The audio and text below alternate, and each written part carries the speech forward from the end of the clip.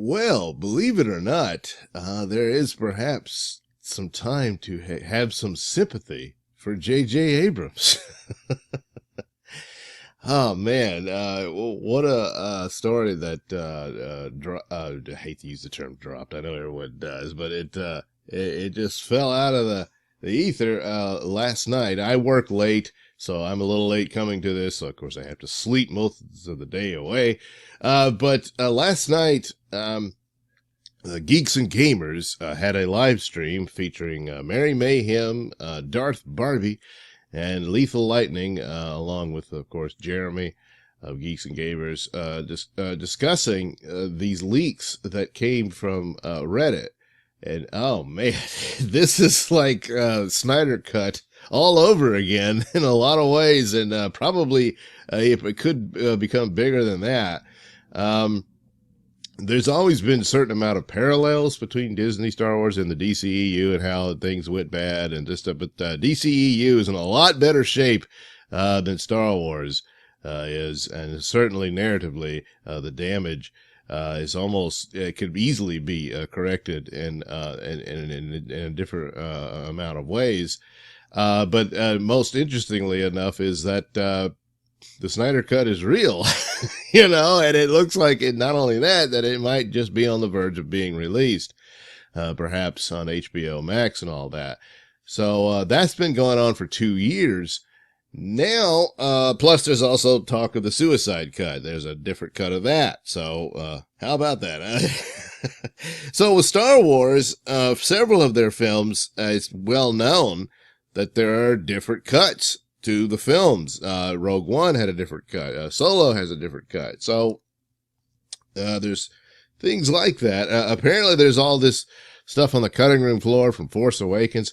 I don't know about Last Jedi. That seems to be the only one that that the regime at Disney was okay with. Imagine that, that shows how bad it is over there. But a lot of it where you see, directors getting fired and all kind of disagreements and whatnot. And Rian Johnson apparently being the only director that Kathleen Kennedy liked. And the rest, well, there were problems with it. But here, we'll get into some things here. Because leading up to the release of Rise of Skywalker was all these different stories that there were several cuts. And since all the other rumors about the plot and what was in it and everything turns out to be true, at least the one that's in the theaters, confirmed an awful lot of that. Man, you got to think that there's something to this as well.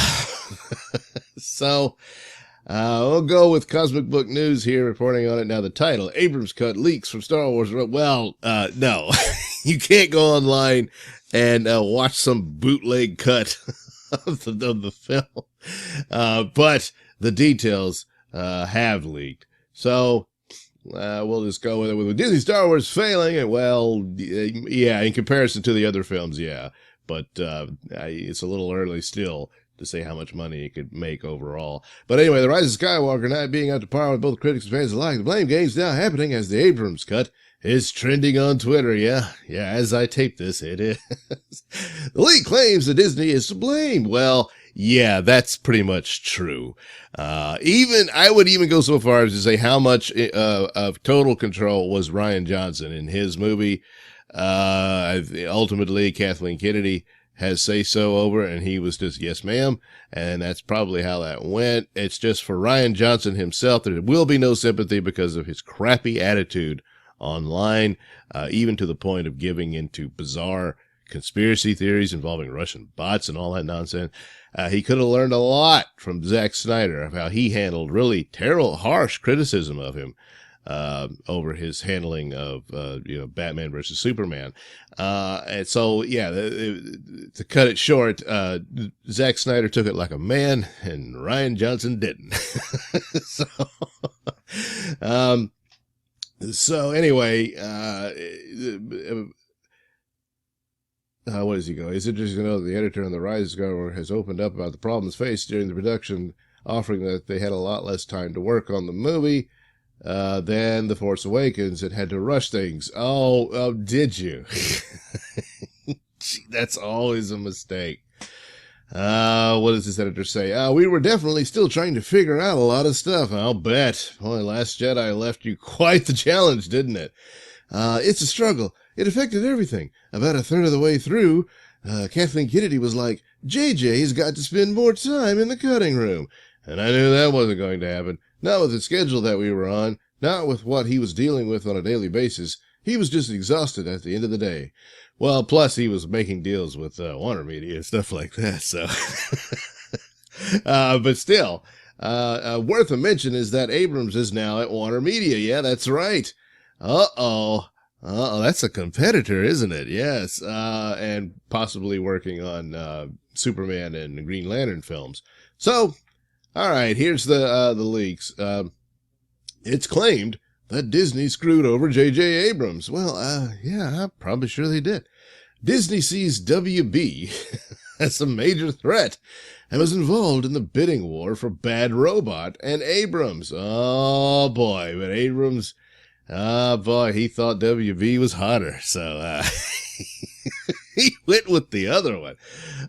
So Disney sees Marvel as the new Star Wars, and that DC is a threat. Yeah, DC is a threat to that, especially now that their main stars have completed the narratives and stories of those characters, and now they're moving in with, well, not a whole lot. There's a bit of a danger there, and when DC gets its act together, yeah, they could undercut all that and be the new superhero franchise that everybody wants to see. So, that since Abrams has had big successes reinventing franchises, well, has he? You know, he did one good Star Trek film, which should have been a tentpole for an incredible new film franchise. Then he kind of phoned it in, and I don't know what the hell happened with Into Darkness, but they did everything wrong with that. And then the third movie was just sort of, kind of silly. It wasn't as bad as Into Darkness, but still, it was too late. The franchise is dead. They're trying to revive it now with, Noah Hawley. But, yeah, it didn't really. So Force Awakens, yeah, the excitement and the desire for more Star Wars was what drove the power for that film. But ultimately, looking back at it, yeah. So, and then Last Jedi just destroyed everything. So even with The Force Awakens being relatively a weak film, it would not have destroyed the franchise. That came in the form of Last Jedi, and after that it was done. So how much of that is any of that really Abrams' fault? Well, he set up some things about the structure of that franchise, certain things that I don't think should have been there, First Order and that kind of crap, and just, copying too much.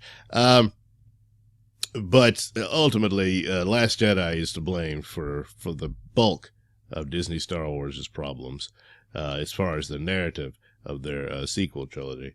So, jeez. So anyway, they don't want Abrams doing a successful fan pleases Superman.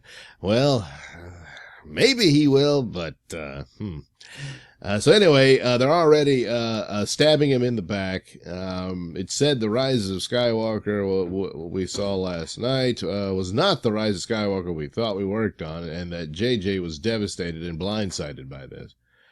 Redditor further claims Abrams has been feeling down over the last 6 months because of some of the ridiculous demands Disney has changed his movie story.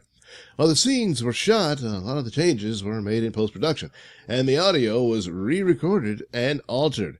My source said they've never seen anything like this happen before. Well, take a look at Justice League. He's the director, and he wasn't in the know about what they were doing behind his back. They were putting the knives in.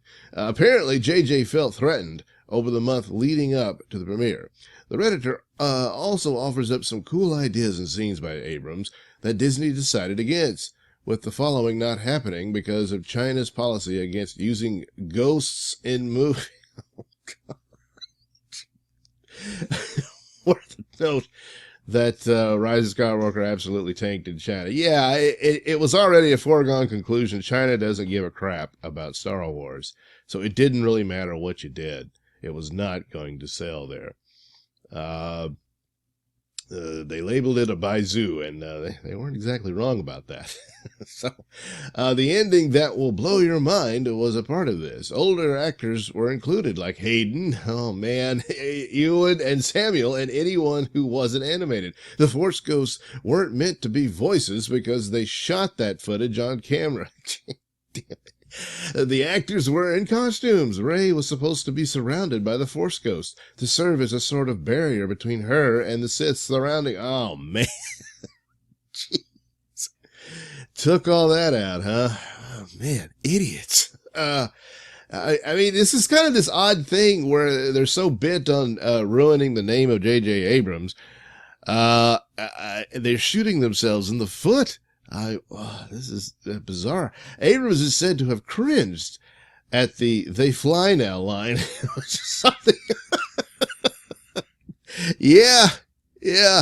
But, you got Kathleen Kennedy there who's unaware that they actually do have a backlog of books and comic books to refer to. So, she wouldn't know about jetpacks and whatnot having already been established. But JJ's original early November cut was 3 hours, 2 minutes long. Boy, that sounds familiar too, huh, Snyder Cut fan? A Kylo Ren scene was supposed to be longer. Kylo on Mustafar scene was 2 minutes longer. There was a moment where Kylo seemed a bit dizzy, and his vision was shown as blurry for a second. Almost as if time had stopped, while everyone in the background was slow-mo fighting. Kylo hears Vader's breathing, then shakes his head, and time goes back to moving at a normal pace, and he jumps right back into the battle. The scene from the trailer where he knocks that guy down, which did end up in the movie later.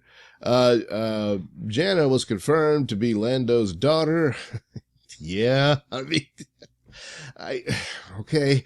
The Han Solo and Kylo scene was much different, as well as Rey force healing Kylo. Rey not only healed Kylo's face scar, but she killed Kylo when she healed Ben. Kylo ceased to exist when Rey healed him. My source mentioned that some people assume it was Han Solo who healed him, but that isn't true, and that wasn't Han Solo. That was Leia using her own memories as well as Ben's to create a physical manifestation of his own thoughts to nudge him towards what he needed to do. That was her own way of communicating that with him. And it wasn't possible without her dying in the process. She made the ultimate sacrifice for her son, and this flew over people's heads with the Disney cut. A Force-sensitive Finn scene was cut. Yeah, you see, the teases in Force Awakens about Finn. Now, Finn was the most interesting, the best character out of those new characters. I mean, I guess you could put that into Boyega's performance, and all that. And then he's just treated like a clown and a joke, and Last Jedi, and all that strange business. I mean, you just chalk it up to Kylo staring at him like that was that he knew he was going to betray the First Order, and that's about all you can do with it. But it really looked like there was something there about Finn. And no, take that out. Jeez. Finn wanting to tell Rey something was always meant to be Force sensitivity. In the 3-hour cut, it's explicitly stated. There was a moment when Jannah and he were running on top of that Star Destroyer, and Finn needed to unlock or move something, and he force moved it, and acted surprised when it happened. This was replaced with a CGI'd BB-8 fixing whatever he needed to fix on there. The Kylo death scene was supposed to be longer. Kylo Ren scene where he dies, and it was at least 4 minutes longer and with more dialogue. Ben was always supposed to die. Source also added that if he wasn't, then that might have been in an earlier draft, which they haven't read. It probably didn't film. The first draft they read included Lando. The first few didn't. The Reylo kiss and Ben's death was not part of the reshoots. It was a part of the re-editing. Even the cut that JJ thought was coming out earlier this month had a longer version of the scene than what was shown in the theatrical cut. JJ was against the Reylo kiss, or Reylo in general. This was Disney's attempt to please both sides of the fandom. Well, how did that work out? Oh my God. The Reylo people lost their minds at the death of Kylo, and have been giving death threats to people, including JJ and all that. I mean, that's the fandom you wanted, huh? Well, you got them. The Red Editor's final thoughts. JJ was not happy where The Last Jedi took the story. Yeah.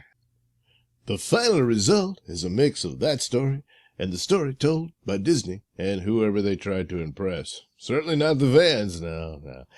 Well, apparently they thought they would impress the Reylo fans. Boy, shows you what they know, huh? JJ is gutted over the final result. Star Wars means a lot to him. He had to sacrifice large chunks of the story in The Force Awakens, but he was promised more creative control on The Rise of Skywalker. And instead, the leash they had him on was only tightened as time went by. A source said that this is the one franchise and the one piece of his work that he didn't want to mess up, and instead it turned into his worst nightmare. When he found out that he was blindsided and with the cut they presented, he said, well, you can read it. When Kylo was fighting the Knights of Ren at the end and the Williams music that was used for it was not what he wanted at all. He seemed to think it was out of place. JJ's cut still exists and will always exist. We most likely will never see it unless someone accidentally leaks it. Yeah, come on. The source asked about Finn Poe after seeing Oscar Isaac's comment about how Disney didn't want it to be a thing. This is true. JJ fought to make this happen. Oh, so that was a thing between them. Because I always thought, because I mean, look, Force Awakens seems to insinuate a relationship with Finn and Rey. And then it just evaporates when the whole Kylo thing came with it. But, okay, well, anyway, this is why Oscar is blaming Disney. It's not just a random throwaway comment. He knows for a fact that it was Disney because these discussions happened. The main cast is insanely close with JJ and are just as pissed, though seemingly more outspoken about it than JJ. During The Force Awakens, Disney was hesitant to hire John Boyega because a woman was front and center, so they deemed that risky enough. So bringing in a male lead who's black made them nervous. Oh my God. He was the best of the three. But JJ fought to make that happen for about 9 months before getting approval. Oh, gee. The same issue came up when JJ fought to have Finn and Poe in The Rise of Skywalker, but he lost the battle as he lost many creative battles for this film. Many people, JJ included, came to the realization during this production that the story really is told by shareholders, investors, instead of the creatives or anyone at Disney specifically. He tried to make a lot of things happen and was shut down because of this. They had him on a leash, and many blame The Last Jedi for the stricter creative approach. Yeah, a lot of their PC and SJW talking points is just a bunch of garbage. They don't really believe in it. It's just to be used. And here, the Force female had to be the main theme, and that's all that mattered. So to have a minority in there stealing thunder from the female hero, well, we couldn't have that. I mean, this crazy thinking like that, you know. What you really needed to do was write an actual story for Rey alongside Finn, and then it would all work out.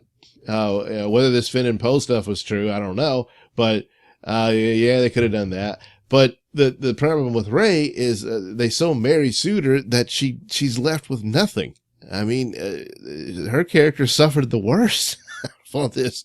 And the odd thing about it is they thought this was doing her some great wonders. These people have no idea how to tell stories. They have no idea what character development is. They don't understand the hero's journey. And if at all, they hate it, apparently. Just bizarre. And then other things, you know, what's going to play in China? You were never going to get China. That was obvious. So constantly worrying about that. Disney's trash. And Lucasfilm now is trash. It's just all very sad. So yeah, some sympathy for JJ here. So release the JJ cut. I guess. Well, what bizarre times, huh? Yeah. Just when you thought it was all over, huh? Okay, there you go. That's the latest Star Wars news. Still not anything good. Unless, of course, hey, someone leaks that cut and we can take a look and see if that would have been a better resolution. It was an uphill battle after Last Jedi anyway. I really don't know what he could have done. Short of, I don't know, time travel or something like that, you know. And the reason it's so long is because he had to do chapter 8 and 9 in one movie. You know, because the Last Jedi was so bad. So, yeah, there you go. Well, if he's expecting better treatment from Warner Media, well, you might want to talk to Zack Snyder about that. But anyway, thank you for watching and listening. Say, why not like and subscribe? Sure, why not? And check out the link description below. That'll take you to my mini stores that have plenty of goodies for you, along with a link to my podcast, Mr Nailsin Show on RadioMisfits.com. And, of course, you can watch my videos on the other platform at BitChute.com, the Mr Nailsin channel on BitChute.com. I've been working a lot, and plus there's holidays, so now that the holidays are over, I should be able to get more of the audio plays back up and running on this channel. So more Night Sun King and Bubba Stargon and perhaps other things as well will be on here as well. So that's just a little message there for you, and Happy New Year.